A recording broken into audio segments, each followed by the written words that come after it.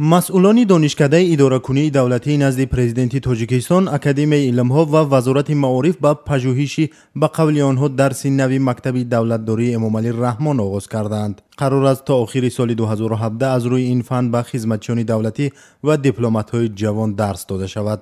حامد خان نوریدینов، معاون رکتوری دانشکده اداره‌کنی دولتی نزد پرزیدنت تاجیکستان، روز 8 فوریه در صحبت با رادیو آزادی گفت که طرح آموزش این فن علیه تهیه و به اکادمی علم‌ها برای پژوهش پیشنهاد شده است. وی گفت برای چی ما مثلا مکتب بزرگی اداره‌کنی دولتی پیشروی ملت برای خدمتچیان دولتی، برای اون نفرایی که میخواهند آینده در سایه اداره‌کنی دولتی و خدمت دولتی فعالیت داشته باشند نآموزانیم. این مکتب بزرگی است که باید نفرایی که به سایه اداره‌کنی دولتی و خدمت دولتی وارد می‌گردند همه جانبه آموزند و در فعالیت می‌بعدشون عملی سازند. نوریدینов گفت که دوام بیش از 20 سال رهبری امامعلی رحمان او هنر بلند دیپلماتی را به نمایش گذاشت که آموختن آن برای نسل آینده خیلی مهم است. در سالهای اخیر پیشنهادهای گوناگونی از زبان ساکنان عادی و مقامداران به خاطر برجسته کردن نقش پرزیدنت رحمان در حیات جمعیتی و سیاسی صدا داده است. آخر سال گذشته رئیس شرکت تاجیک سوغورتا در ناحیه شهرنو و یک ساکن ولایت سوغد به پارلمان تاجیکستان پیشنهاد کردند تا در پول 1000 سامانی عکس امامعلی رحمان نشر شود.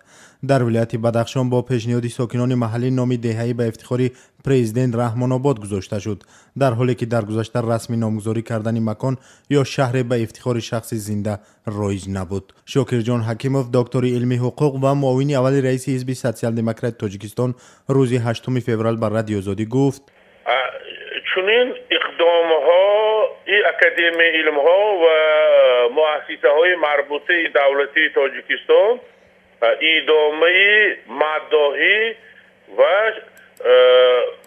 شخص پرستی رهبریت سیاسی تاجیکستان می شود و باعث نگرانی نیز بوده است. کارشناس پرویز ملاجانوف گفت آموختن یک دوره دولتداری در علم سیاسی کاری رایج و معمولی است، اما آن نباید با شخصیت تنها یک نفر محدود شود. او گفت در صورت پژوهش و آموزش خالصانه و بی‌طرفانه تجربه دولتداری، آن به خاطر طرحریزی سیاست‌های آینده مهم خواهد بود. این البته فایده دارد.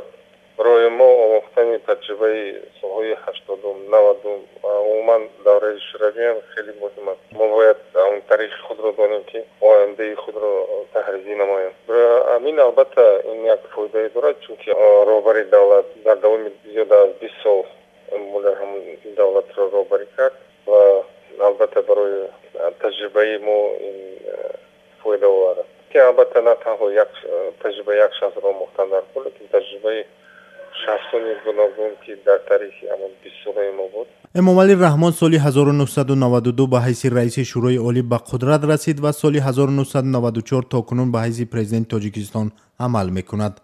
طرفدارانش او را برای آوردن صلح و آباد کردن کشور بعد از 5 سال جنگ ستایش، اما منتقدانش او را برای سرکوب مخالفان آزاداندیشان و رکود در نشاندادهای دموکراسی و حقوق بشر انتقاد میکنند.